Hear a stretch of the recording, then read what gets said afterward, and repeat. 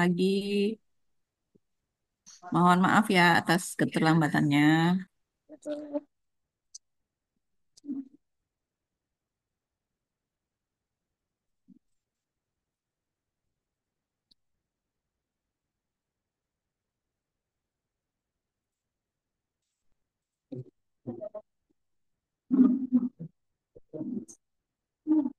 Iya.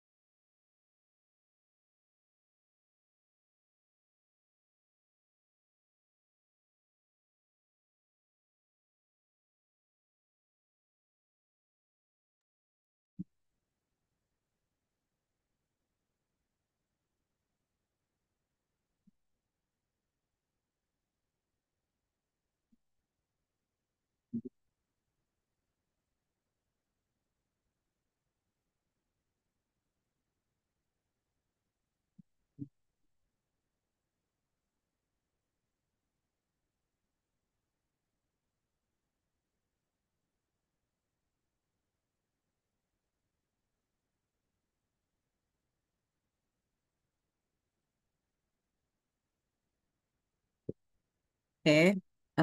Selamat pagi. Assalamualaikum warahmatullahi wabarakatuh. Eh, Terima kasih atas kehadiran adik-adik dan rekan-rekan mahasiswa semuanya.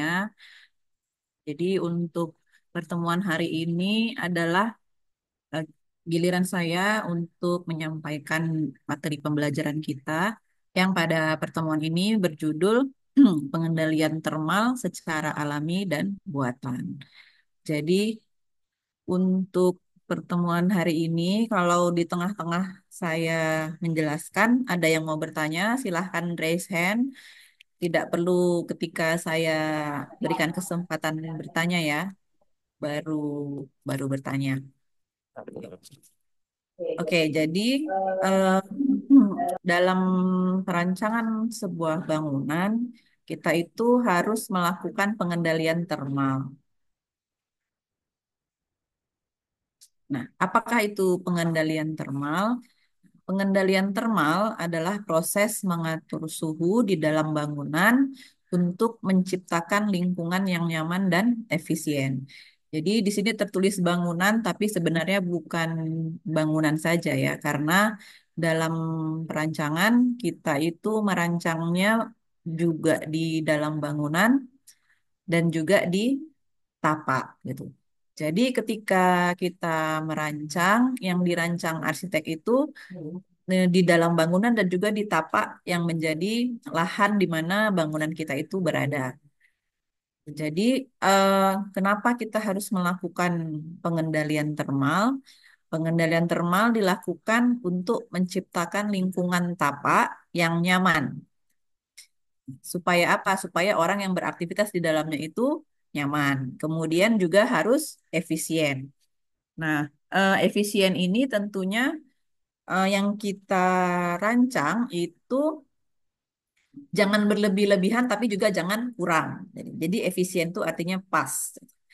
Berlebihan juga nggak boleh karena jadinya boros. Kemudian eh, kurang tentu saja apalagi gitu ya. Kurang juga tidak boleh. Nah, jadi dalam perancangan bangunan ada beberapa hal kenyamanan yang harus kita capai. Sebenarnya bukan cuma kenyamanan termal, tapi juga ada kenyamanan audio dan juga ada kenyamanan visual ya. Tapi untuk materi kita di mata kuliah ini kita cuma membahas kenyamanan termalnya saja gitu. Nah, kemudian untuk mencapai pengendalian termal bisa kita lakukan dengan dua cara, bisa secara alami dan bisa juga secara buatan. Hmm. Nah, untuk pengendalian termal secara alami yang ada yang bisa kita lakukan di dalam bangunan itu akan kita bahas lebih detail di pertemuan minggu depan, di pertemuan 7. Jadi, pada hari ini saya tidak akan menjelaskan pengendalian termal secara alami yang di dalam bangunan ya yang bisa kita lakukan. Jadi, di minggu depan itu kita akan membahas bagaimana eh, strategi-strategi desain, langkah-langkah apa saja yang bisa kita lakukan untuk mengendalikan termal secara alami di dalam bangunannya. Nah, selain itu, di tapak kita juga bisa melakukan pengendalian termal. Nah, yang ini akan saya jelaskan pada hari ini ya, pada hari ini. Nah, kenapa di tapak harus kita kendalikan juga, harus kita buat pengendalian termalnya juga, karena aktivitas pengguna di dalam sebuah eh, tapak itu tidak hanya di dalam bangunannya saja, tapi juga ada aktivitas di luar bangunan, walaupun mungkin bukan yang utama. Walaupun mungkin bukan yang utama, jadi eh, bagaimanapun itu kita istilahkan dengan suhu iklim mikro namanya. Jadi karena di tapak kita itu saja kan lebih kecil. Jadi kita istilahkan dengan pengendalian iklim mikro. Jadi di dalam tapak kita saja. Nah, nanti di dalam bangunan lain lagi ya. Nah, kalau di tapak apa-apa saja yang bisa kita lakukan? Pertama, kita bisa menanam pohon atau tanaman yang sesuai. Jadi tidak semua tanaman juga yang bisa kita tanam. Gitu. Kemudian kita bisa menggunakan material reflektif pada penutup tapak. Jadi untuk di jalannya, di sirkulasi pejalan kaki, di parkiran yang kita sediakan, atau mungkin ada taman-tamannya, kan itu pasti ada material penutup tapak. Nah, penutup tapak itu ada yang reflektif, ada yang kurang atau tidak reflektif. Nanti akan saya jelaskan lebih lanjut ya. Nah, eh, untuk tapak yang memberikan kenyamanan termal, maka lebih baik kita menggunakan material yang reflektif. Yang reflektif. Kemudian menyediakan elemen air pada tapak. Jadi di tapak itu kita bisa menyediakan kolam, air mancur misalnya. Tentu tentu itu disesuaikan dengan kebutuhan ya atau dengan fungsi bangunan. Kalau memang perlu air mancur, boleh buat air mancur. Tapi kalau nggak perlu ya tidak usah dibuat. Nah, kolam-kolam ini bisa dalam bentuk hanya kolam tanaman, bisa juga ada kolam ikannya, gitu ya. Nah, ini juga sebaiknya disesuaikan dengan si fungsi bangunan dan efisiensinya ketika disediakan. Misalnya, kalau di kantor, apakah kira-kira kantor ini cukup formal untuk bagaimana tingkat keformalan si kantor ini? Kalau sangat formal, mungkin kita tidak bisa menyediakan kolam ikan, mungkin ya, tapi bisa jadi enggak juga. Kenapa? Karena kolam ikan tuh mungkin biasanya agak lebih ke arah situasi yang lebih informal, lebih non formal, atau ke area-area wisata. Gitu. Fungsi-fungsi bangunan yang lebih ke rekreasi. Jadi, em, untuk elemen air ini, tentu kita harus juga mempertimbangkan posisinya di dalam tapak. Bagaimana kita menempatkan si elemen airnya. Oke, selanjutnya. Nah, ini pengendalian termal secara alami di tapak. Langkah yang pertama adalah menanam pohon atau tanaman yang sesuai. Hmm. Menanam pohon atau tanaman yang sesuai. Dari mana acuan kita? Acuan kita adalah Permendagri nomor 1 tahun 2007 pasal 13.2a. Di Permendagri ini ada persyaratan yang harus dipenuhi di mana komposisi 50% lahan. Jadi dari lahan kita itu 50%-nya 50%-nya itu harus tertutupi vegetasi.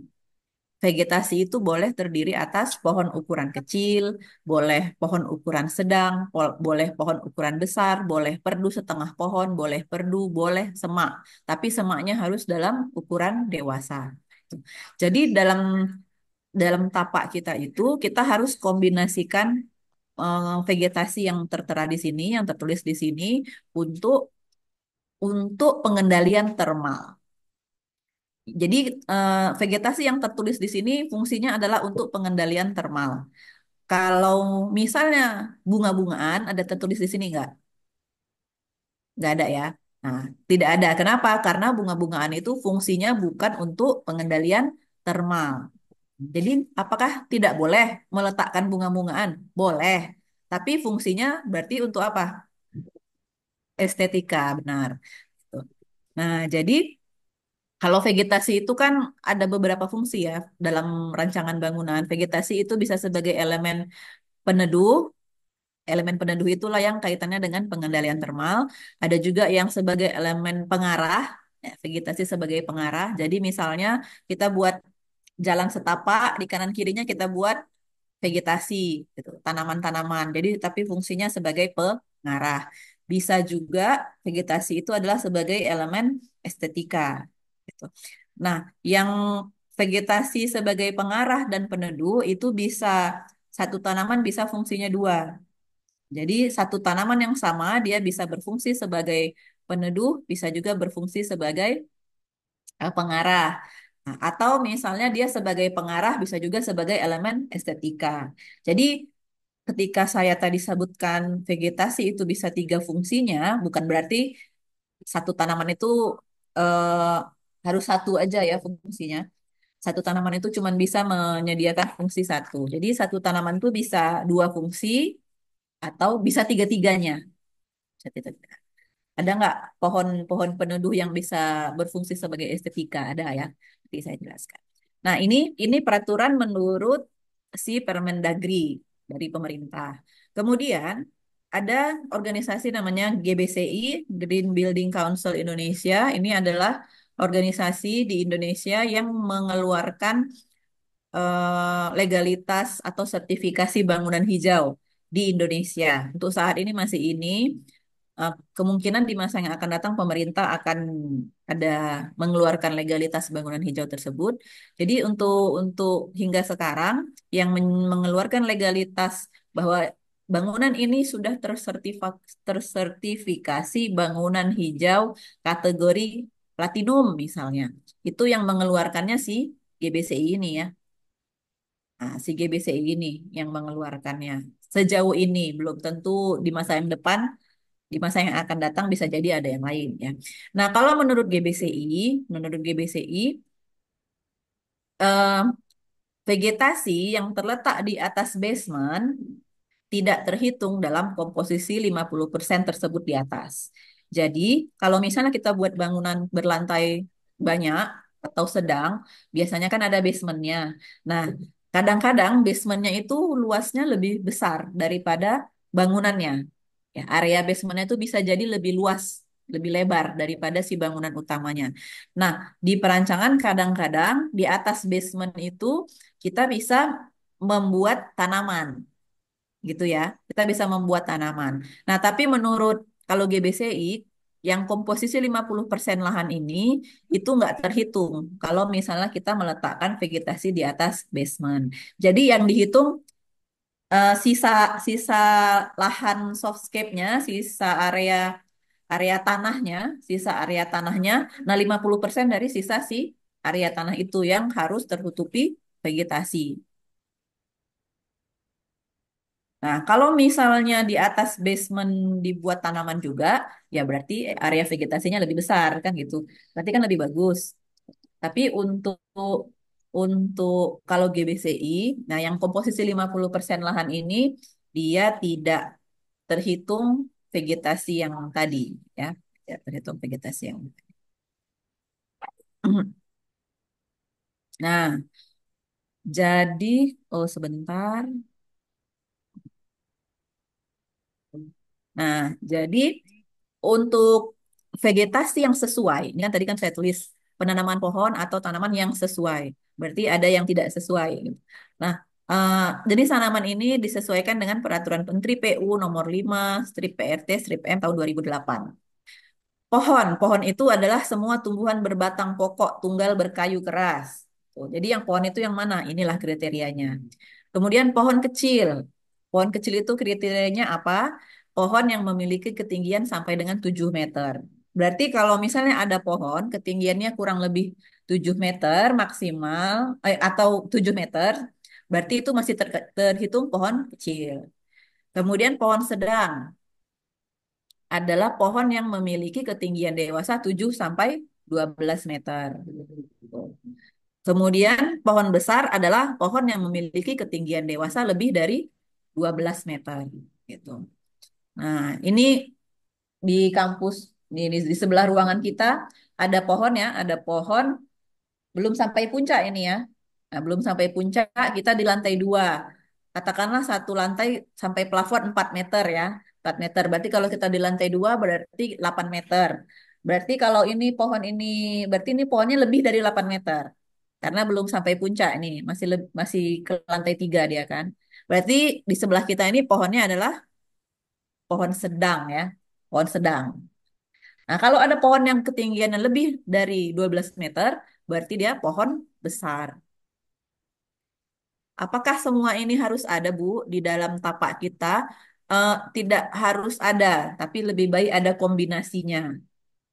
Kenapa? Karena kalau lahan kita yang tersisa itu kecil, maka mungkin kita tidak bisa menyediakan pohon besar.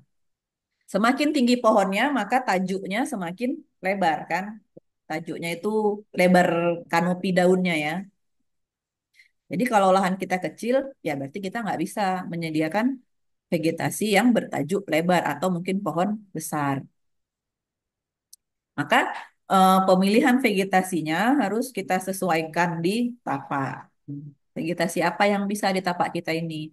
Juga kalau misalnya pohonnya terlalu tinggi, mungkin akan menyulitkan dalam perawatan misalnya. Berarti ya tidak perlu.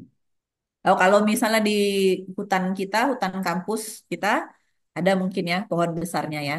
Di hutan kampusnya ada pohon besarnya. Nah, tapi kalau misalnya bangunan berlantai banyak, kenapa bangunan itu dibuat berlantai banyak? Karena tapaknya kecil, ya kan? Karena tapaknya kecil, maka dia dibuat ke atas. Nah, jadi karena dia ke atas, maka pasti lahan yang tersisa pun pasti sedikit kan? Pasti sedikit. Maka ya tentu vegetasi yang kita pilih harus disesuaikan dengan tapak yang kita punya. Tapak yang menjadi lokasi bangunan kita untuk merancang. Oke.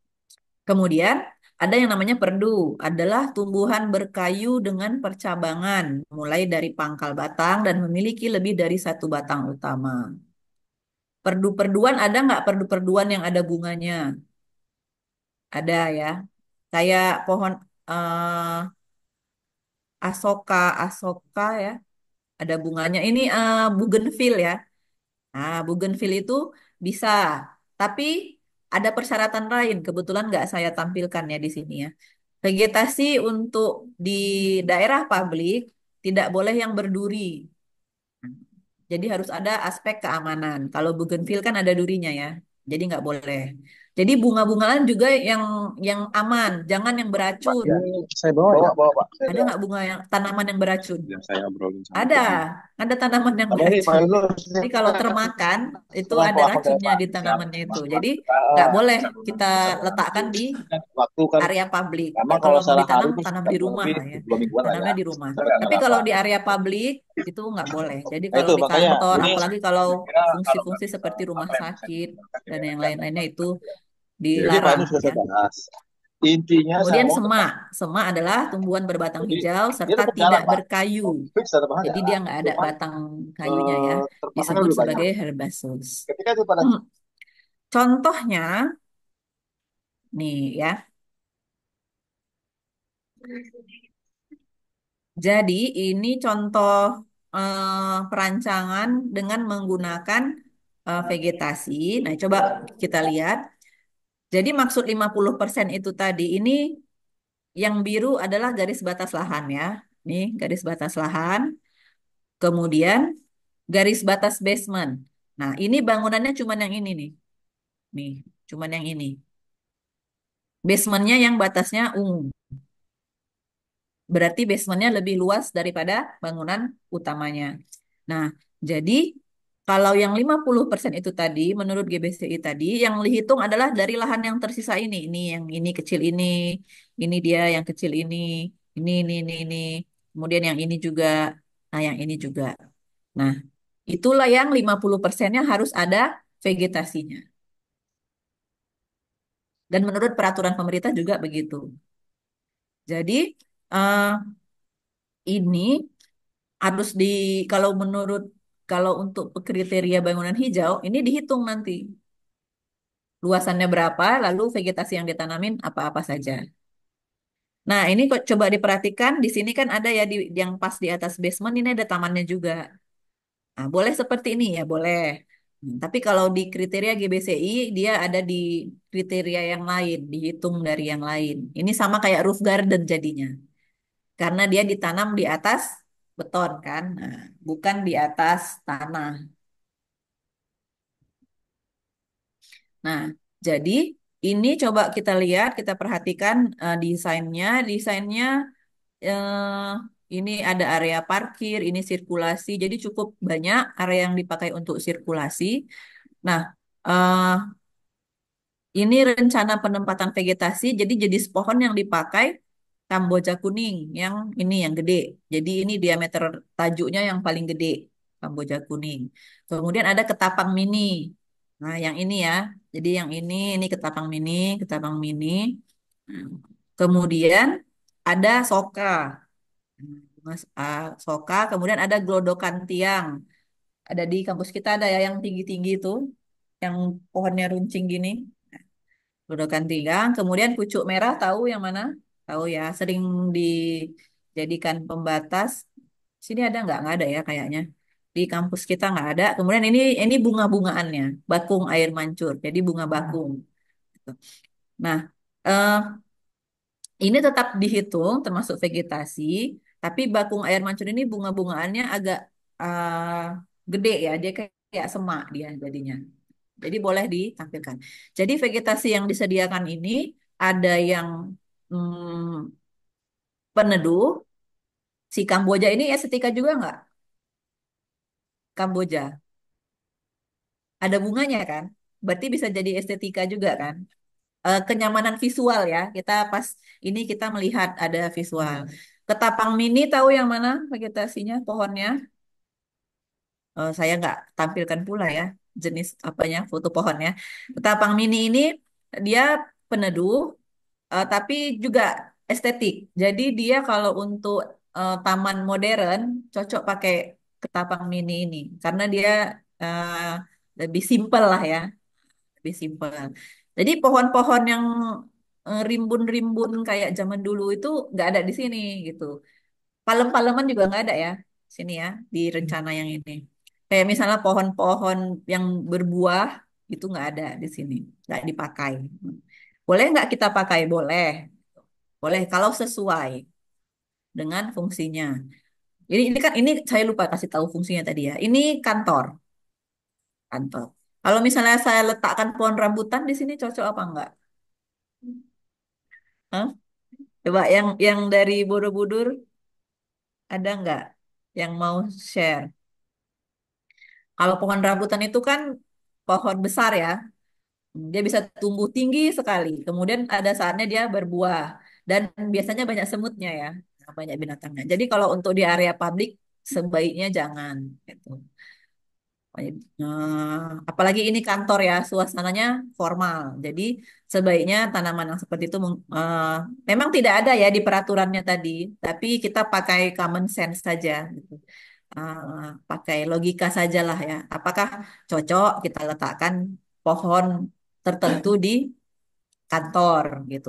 Baik itu dari estetikanya ataupun dari aspek-aspek lainnya.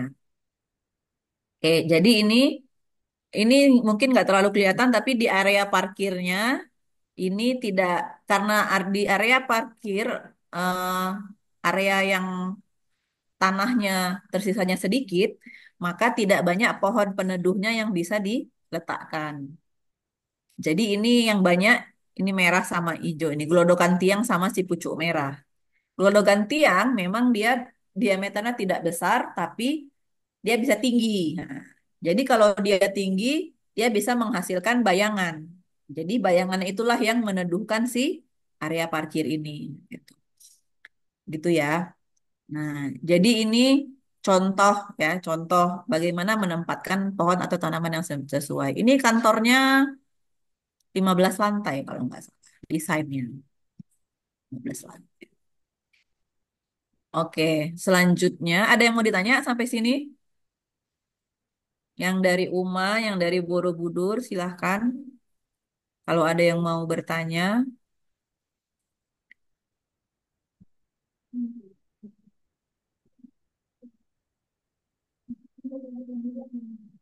Oke, nah kalau tidak ada, kita lanjutkan. Nah, nah kalau selain itu di tapak, kita harus memilih material reflektif pada penutup tapak. Itu semakin ini persen dalam persen ya, semakin tinggi angkanya, maka dia semakin mudah memantulkan dan semakin panas karena si panas matahari itu tidak diserap di materialnya gitu.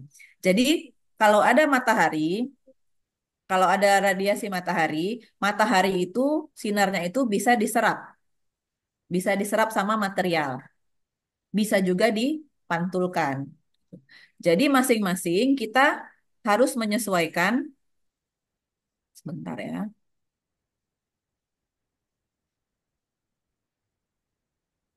Kita sebaiknya harus menyesuaikan material yang kita pilih disesuaikan dengan apa yang mau kita capai di bangunan kita itu.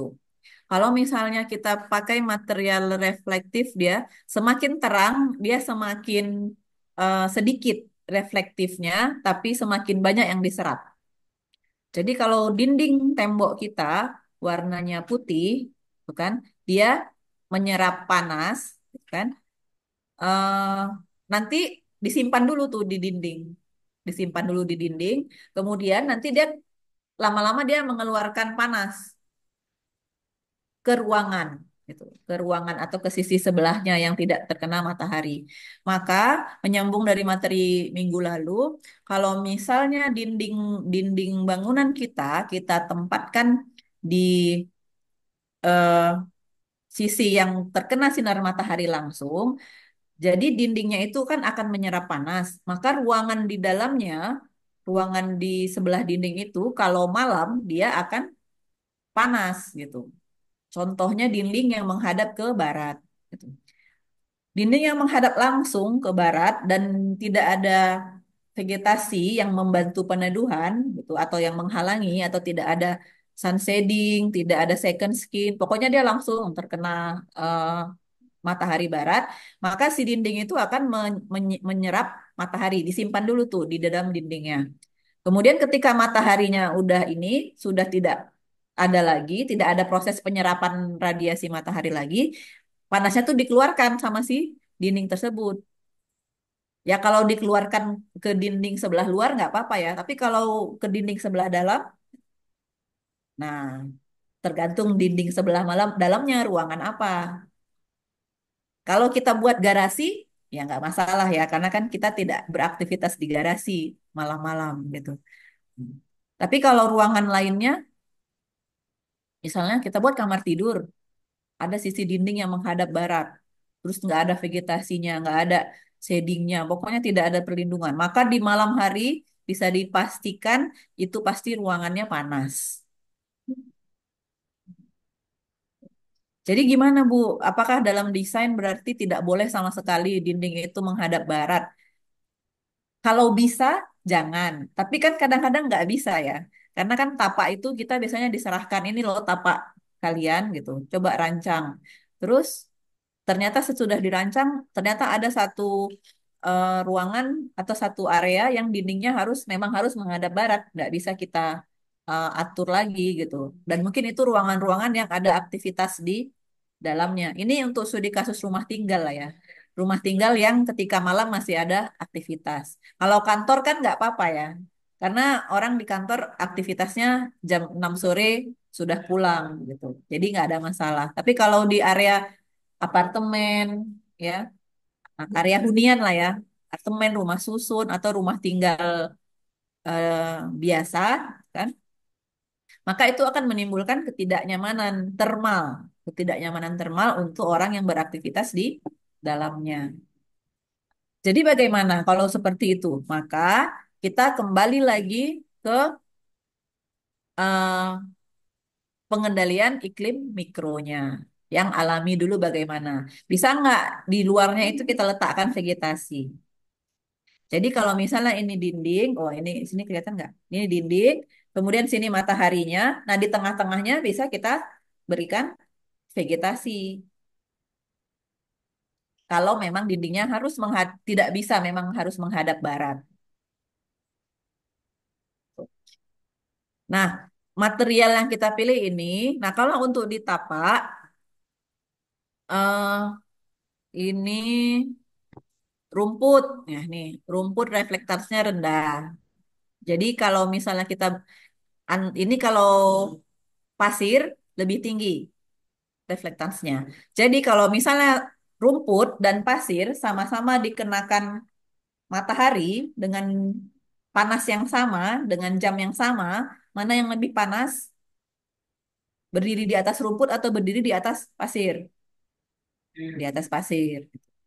Jadi lebih lebih nyaman berdiri di atas rumput. Ini aspal nggak ada ya.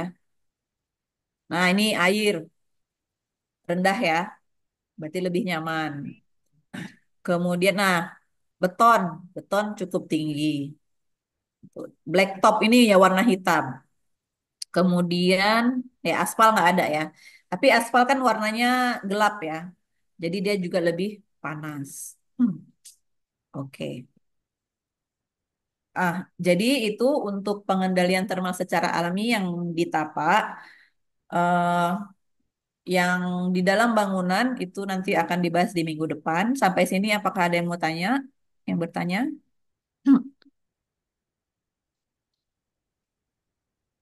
Oke. Kalau tidak ada, kita lanjutkan. Jadi aktivitas manusia 80% kita berada di dalam ruangan. Kecuali kita petani ya. Kecuali kita petani. Tapi di dalam lingkungan perkotaan, kita 80% berada di dalam ruangan. Anak-anak lebih lama lagi. 90% berada di dalam ruangan. Jadi, aktivitas di dalam ruang itu harus nyaman. Ah, ini ya. Dalam sehari kita biasanya menghirup 10.000 liter udara, bukan air ini ya, liter udara setiap hari. Dan itu kira-kira 20.000 tarikan napas. Jadi dalam sehari kita kira-kira 20.000 kali lah ya menarik nafas. Kalau menurut ini data ini. Kemudian udara yang kita hirup itu, some of it, jadi sebagian dari itu bisa dipenuhi oleh partikel-partikel debu yang sangat kecil, yang nggak kelihatan. Jadi kayak gini kan nggak kelihatan ya. Tapi sebenarnya bisa jadi ada debu nih yang sambil kita hirup masuk ke dalam badan kita. Gitu. Atau gas. Nah, beberapa dari partikel-partikel kecil itu beracun untuk kesehatan kita.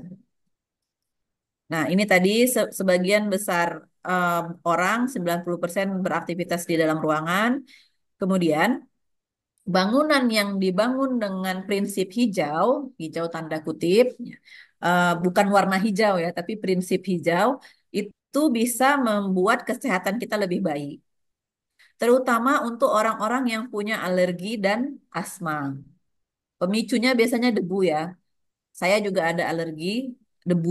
Tuh, jadi kalau kalau kena asap rokok, biasanya tenggorokan saya langsung tidak nyaman.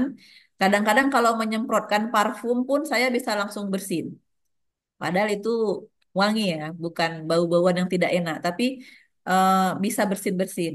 Jadi kalau dulu saat COVID, kita sering pakai ini ya, hand sanitizer yang semprot. Nah, dulu saya sering sekali bersin kalau habis pakai hand sanitizer semprot. Jadi ada orang-orang yang punya em, eh, tipe tersebut ya terhadap kesehatannya.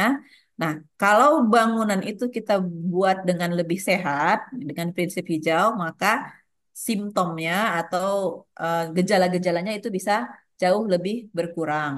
Kalau bangunan kita lebih dibuat dengan mempertimbangkan kesehatan penggunanya.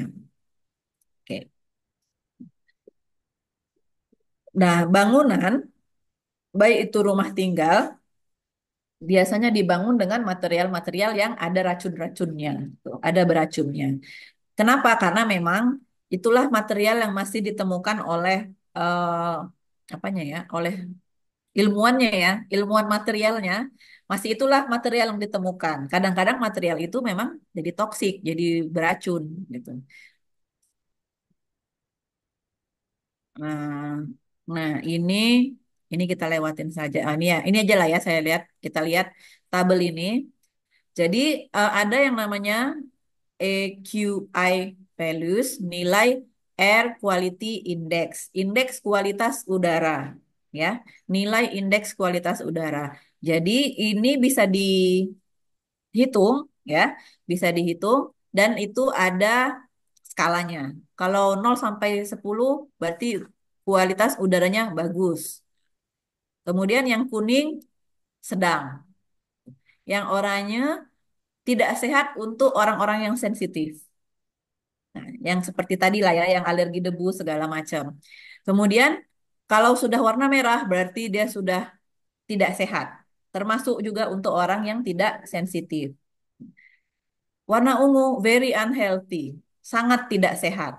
Nah, kalau sudah warna marun berarti sudah hazardous, sudah beracun, memang harus dihindari.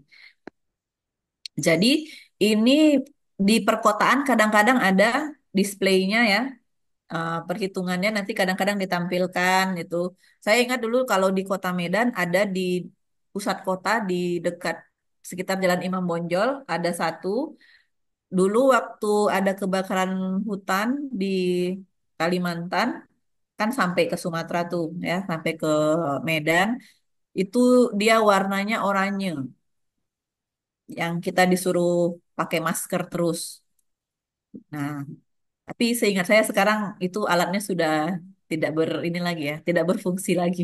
Jadi kita nggak bisa lihat. Tapi em, ini ya, ini bisa bisa dihitung, bisa diperhatikan. Nah, ini di luar ya. Ini contohnya juga. Nah, ini ya. Jadi di seluruh dunia bisa dilihat eh, di banyak kota di dunia dilakukan perhitungan dan ada yang warna hijau, ada yang kuning, ada yang ungu nih ya. Ini di mana ini ya? Di Cina ya kayaknya. Di Tiongkok sini. Kita di mana ini ya?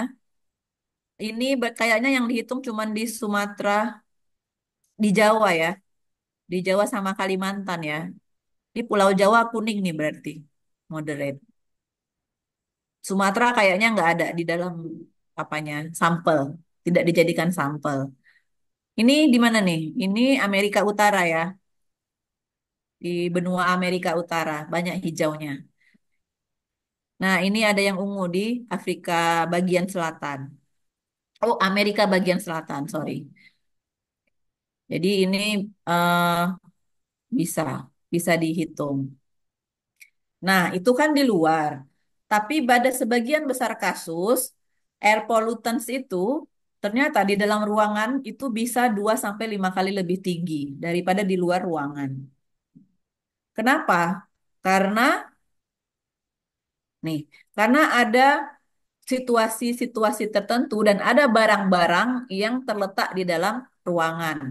Jadi, misalnya kalau terlalu lembab, ruangan kalau terlalu lembab, maka akan ada dampak-dampak kelembapan pada dinding. Itu ada partikel-partikelnya ada juga. Kemudian, oh ini terlalu cerah. Kemudian kayaknya, oh saya nggak tampilkan ininya. Jadi misalnya karpet, karpet itu menyerap debu. Jadi kalau misalnya dari luar ada udara masuk, kalau pakai penghawaan alami, maka dia tersimpan di dalam karpet. Nggak pergi-pergi dia, menetap dia di dalam karpet itu. Makanya kalau orang yang punya alergi debu, tidak boleh ada karpet, terus boneka-boneka ya, juga nggak boleh gitu.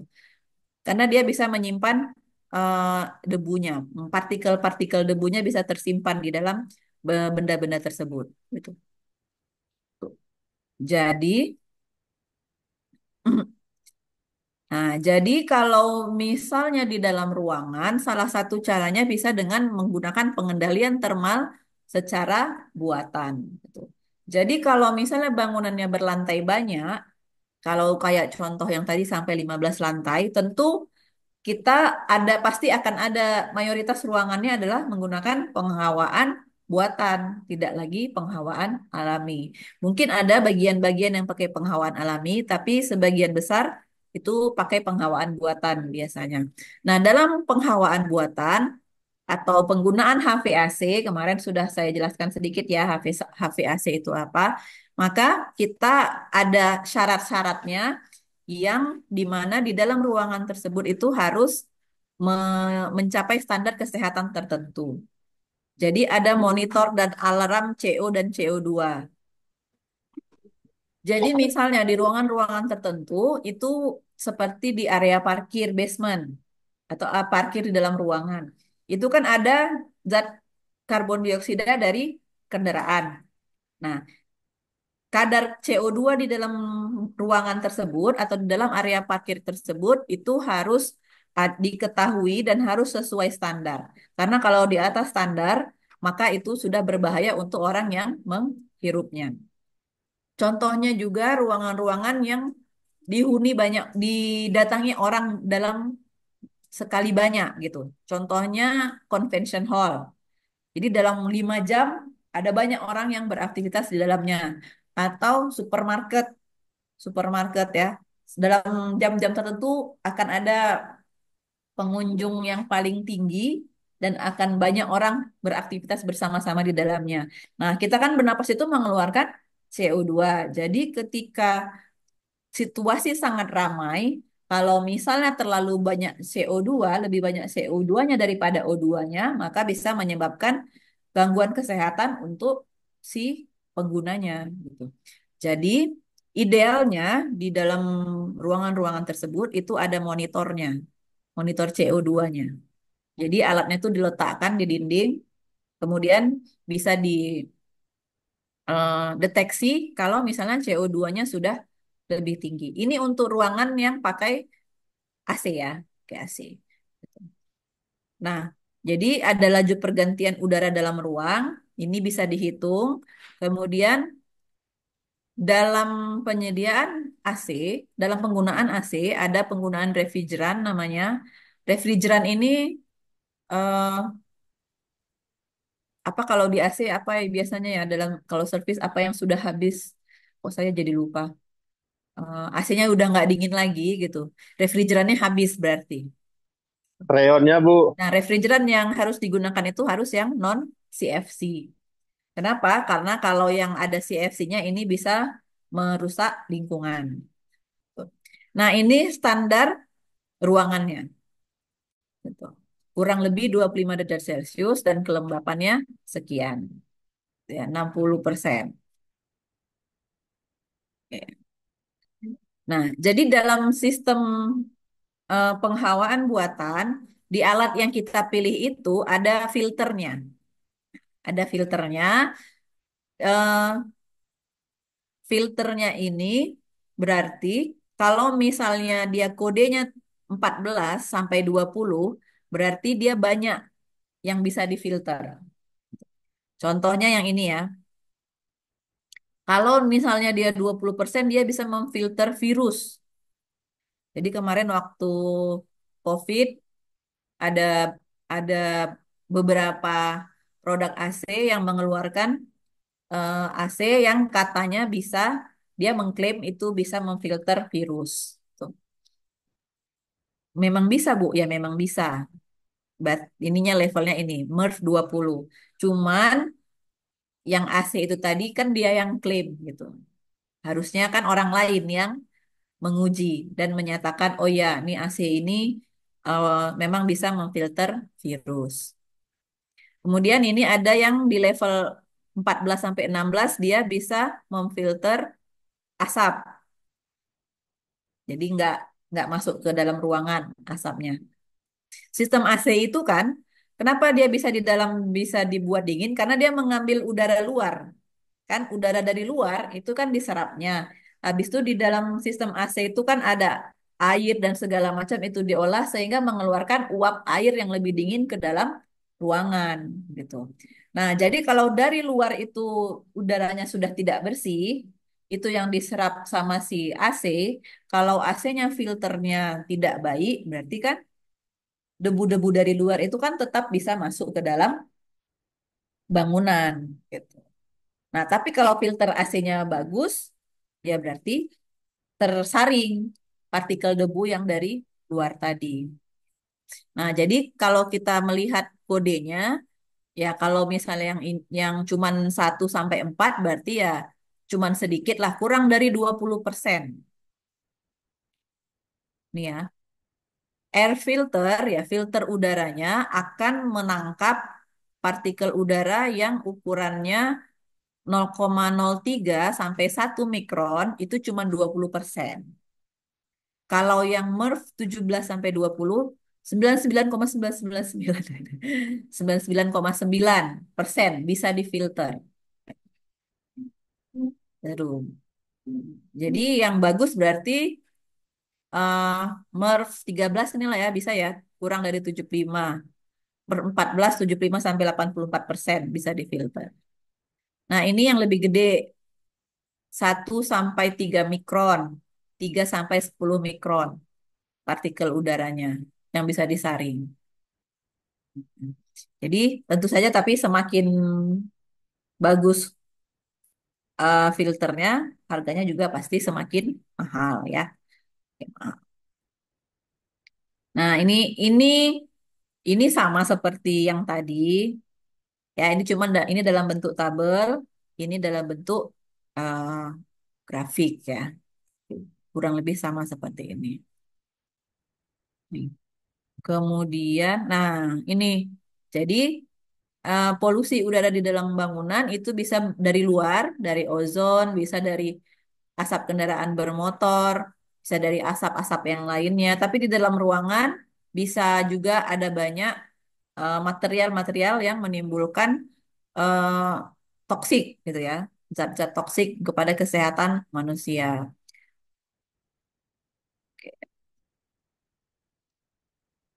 Nah, ini ya.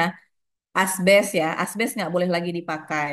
Kenapa? Karena dia mengeluarkan partikel-partikel dari material asbes tersebut. Dan kalau terhirup manusia itu bisa menjadi penyakit gitu.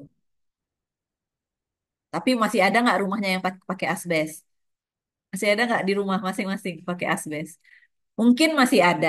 Mungkin itu berarti rumahnya sudah dibangun cukup lama. Memang kalau rumah saya pun masih pakai rumah rumah saya pun masih pakai asbes karena saya tinggal di rumah ini ya, rumah peninggalan orang tua. Jadi ininya masih pakai asbes. Tapi sebenarnya itu tidak sehat. Jadi kalaupun misalnya, tapi memang lebih murah, memang lebih murah. Kalaulah misalnya perlu perbaikan, eh,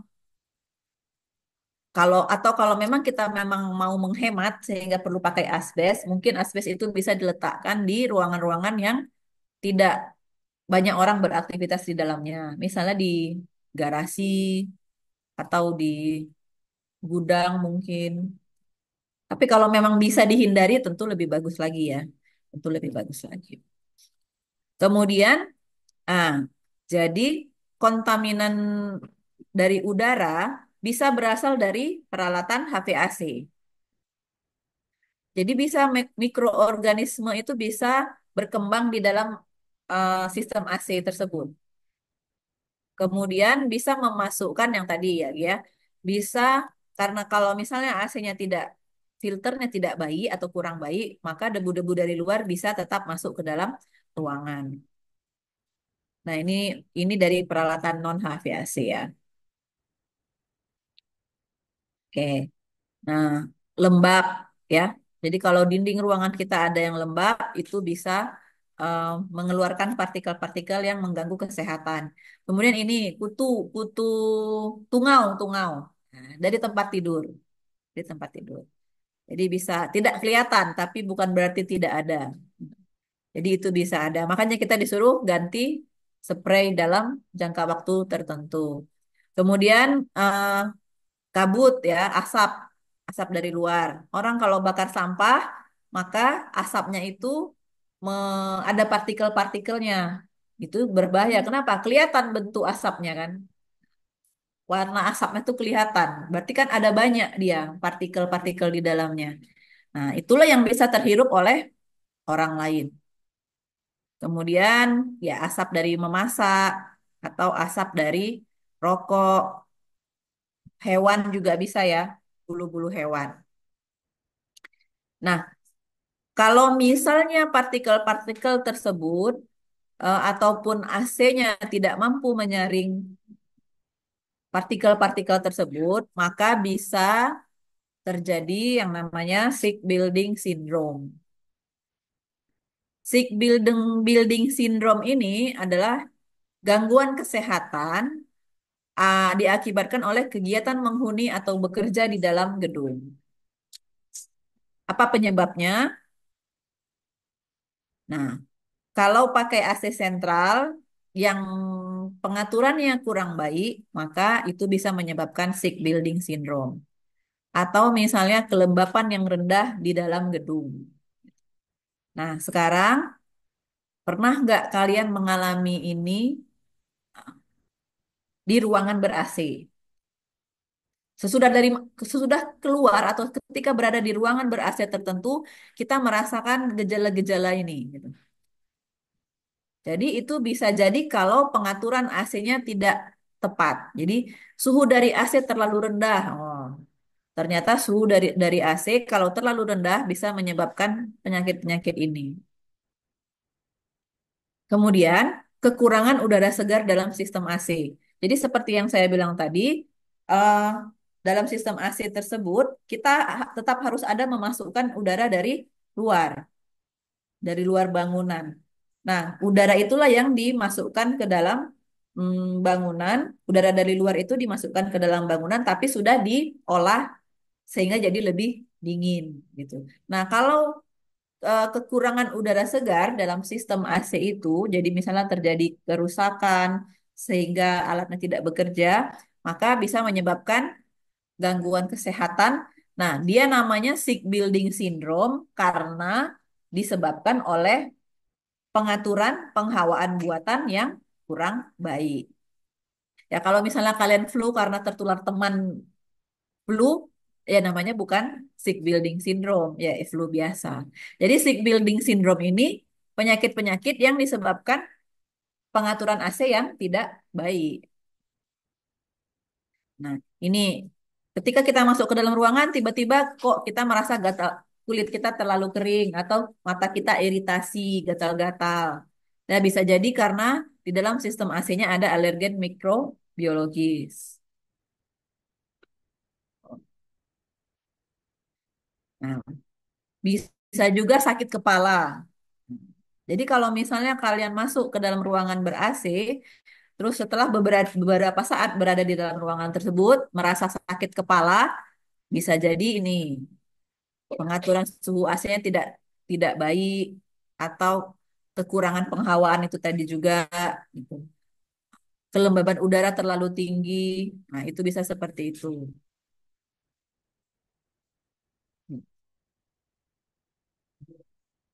Nah, jadi ini eh, dalam dalam dalam perancangan bangunan kita bisa membuat desain aktif dan desain pasifnya. Desain pasif inilah yang berhubungan dengan architectural, keterlibatan arsitektur, keterlibatan arsitektural. Jadi orientasi bangunan, kemudian bagaimana kita menggunakan material, apakah kita membuat dindingnya rata atau ada yang pakai shading atau pakai second skin, itulah desain yang pasif. Ini akan kita bahas lebih detail di minggu depan. Nah, selanjutnya ada yang aktif. Nah, aktif itulah tadi yang engineering, engineering involvement, keterlibatan engineering. Jadi misalnya penggunaan AC, kemudian penggunaan alat-alat tertentu, misalnya lampu hemat energi, itu itu dimasukkan ke sini. Nah, desain antara desain pasif ini dan desain aktif itu harus integrated, gitu. Harus saling mendukung, gitu. Jadi percuma saja misalnya lampunya pakai lampu hemat energi kok, gitu kan. Tapi ternyata ruangan kita jendelanya kita buat minim. Eh, Sehingga kalau siang tetap harus hidup atau tetap harus nyala lampunya. Nah kan berarti itu nggak sinkron gitu. Sama-sama nggak efisien juga akhirnya gitu. Jadi antara si engineering involvement tadi, keterlibatan engineering tadi dengan keterlibatan arsitektural itu harus saling mendukung, harus sama-sama. Nah, kalau di tugas akhir atau nanti di studio yang lebih tinggi, tentunya kita lebih ke yang ininya, gitu. Keterlibatan arsitekturalnya yang dinilai. Kalau penggunaan lampu kan eh, bisa bisa sih bisa, tapi ditulis di konsep gitu ya. Konsep menggunakan lampu hemat energi. Tuh. Tapi di desainnya bagaimana gitu. Maka kita harus buat desain bangunannya yang eh, bisa mendukung keterlibatan engineering tadi. Ini ya. Nah, nih contohnya. High performance building approach. Jadi pendekatan bangunan yang berperforma tinggi. Jadi passive design-nya, ini akan kita bahas minggu depan. Building form and orientation. Ini kemarin juga sudah disinggung ya sama Bu Ida. Bentuk dan orientasi bangunan. Semakin semakin tipis bangunannya, semakin cocok untuk daerah tropis. Tapi kadang-kadang kita tidak bisa membuat bangunannya tipis. Contohnya yang tadi ya, yang di vegetasi tadi yang saya tampilkan. Tuh. Kan bangunannya nggak tipis tuh, hampir persegi, cuman lengkung-lengkung aja. Kemudian orientasi bangunan. Orientasi bangunan tadi sudah disinggung dan minggu lalu juga sudah disinggung Bu Ida. Bagaimana sebaiknya orientasi bangunan itu terhadap matahari. Kemudian material fasad. Fasadnya pakai yang bagaimana. Kemudian shading devices, alat-alat peneduh, model-model peneduh yang bisa kita gunakan. Baru natural daylighting, pencahayaan alami. Jadi ini adalah eh, judulnya gampang ya, pencahayaan alami. Tapi untuk menerapkannya dalam perancangan arsitektur itu sebenarnya lumayan tricky gitu, lumayan rumit. Tidak bisa hanya sekedar buat dinding dan buat jendela. Kemudian, nah ini yang aktif desainnya nih. High efficiency chiller plan. Jadi chiller yang kita gunakan di dalam bangunan kita, kita pilihlah yang efisiensinya tinggi. Kemudian high efficiency air distribution, distribusi udara yang efisiensinya tinggi. Kemudian energy saving lighting. Nah, tadi yang saya sebutkan. Pakai lampu hemat energi. pakai sistem sensor. Kerannya pakai sistem sensor, lampunya juga pakai sistem sensor. Kita kalau bergerak, pintunya pakai sistem sensor. Jadi kalau misalnya kita bergerak, eh, eskalator juga bisa ya. Kalau kita berada di bendanya, baru dia hidup, baru dia nyala lampunya. Eskalatornya kalau nggak ada orang yang berjalan di situ, eskalatornya berhenti, nggak bergerak. Nah, itu contohnya ya. Okupansi, ini dia. Lux sensor. Lux sensor juga ada. Jadi sensor cahaya yang otomatis dia bisa menyesuaikan dengan panas mata, penyediaan matahari alami dari luar. Jadi kalau dia sudah agak gelap, dia lebih terang.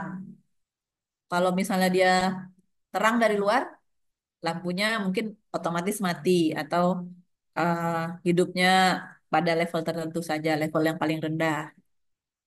Oh, ini tadi ya. Energy saving elevator dan eskalator. Jadi eskalator, kalau misalnya tidak ada orang yang melintasi di situ, ya dia tidak hidup, tidak bergerak. Kalau sudah ada orang yang berdiri di atasnya, baru dia bergerak. Inilah yang active design dan passive design. Nah, kita yang di passive design ya, active design inilah engineer-engineer lain di bidang keteknikan. Orang elektro, SIP, dan yang lain-lain. Nah, ini active design ini ada pemantauannya. Jadi untuk bangunan tinggi harus ada dicek dalam jangka waktu tertentu juga. Nah, ini yang tadi ya. Jadi kalau dulu bangunan kita seperti ini, yang sebelah kiri, maka dengan banyaknya dampak lingkungan dan adanya SDG, Sustainable eh, Design, maka kita akan bergerak ke arah sini. Jadi bangunan kita itu lebih berkelanjutan, lebih hemat energi. Meskipun mungkin eh, kalau di pemerintah Indonesia, kalau nggak salah saya sudah ada persyaratannya kalau untuk bangunan pemerintah, kantor pemerintah itu harus prinsip-prinsip hijau gitu ya. Menggunakan prinsip-prinsip hijau dalam pembangunannya. Nah, kalau bangunan swasta belum sampai ke sana peraturannya ya, belum sampai ke sana. Nah, ini kurang lebih sama dengan yang tadi ya. Oke, ada yang mau bertanya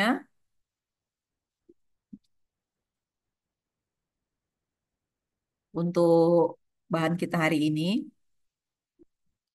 Oke, kalau tidak ada, minggu depan kita akan membahas strategi desain untuk penghawaan alami. Jadi langsung ke teknis-teknisnya, apa yang bisa dilakukan. Nah, untuk hari ini sekian presentasi dari saya. Ada bahan di Spada yang harus kalian baca. Ada video tambahan juga. Kemudian seingat saya hari ini ada kuis ya di Spada. Ada ya, oh ya udah lihat. Silahkan dikerjakan dari akun masing-masing supaya terdeteksi oleh sistem bahwa kalian sudah mengerjakan tugas-tugasnya. Jawaban kuisnya ada di materi hari ini dan juga ada di bahan PDF-nya ya. Ada di bahan PDF-nya. Kalau memang tidak ada yang mau bertanya, demikian penjelasan saya hari ini. Silahkan dilanjutkan aktivitasnya di Spada. Selamat siang. Assalamualaikum warahmatullahi wabarakatuh. Waalaikumsalam. Terima kasih, Bu Safa. Kasih Bu Salva.